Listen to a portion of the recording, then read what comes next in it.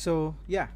Instead, don't pray that God make you rich. Instead, pray to God to have more faith, hope, and love to Him so that you will not depend on the temporal things but on eternal things. Tayo mag-pray na payamanin tayo ng Lord. Kasi alam nyo, yung yaman, kapag iyan ang pinanghawakan natin sa buhay o anything besides trusting, having faith, and loving the Lord, then definitely hindi sure foundation kung ano yun, payayamanin ka lang ng Lord. Sabi nga sa Proverbs 18:11, the rich think of their wealth as a strong defense.